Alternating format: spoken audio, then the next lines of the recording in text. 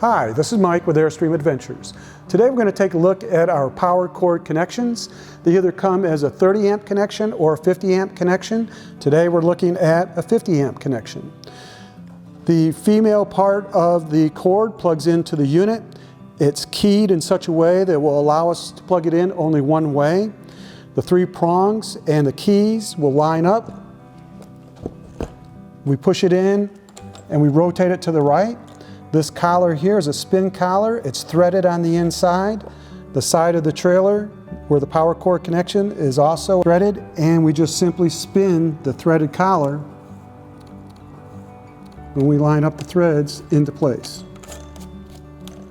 making the connection secure. If you arrive at a park or have made reservations at the park and they only have a 30 amp connection, we have an adapter that goes with or comes with each new trailer. It's a 30 amp adapter that can reduce our 50 amp cord down to a 30 amp connection.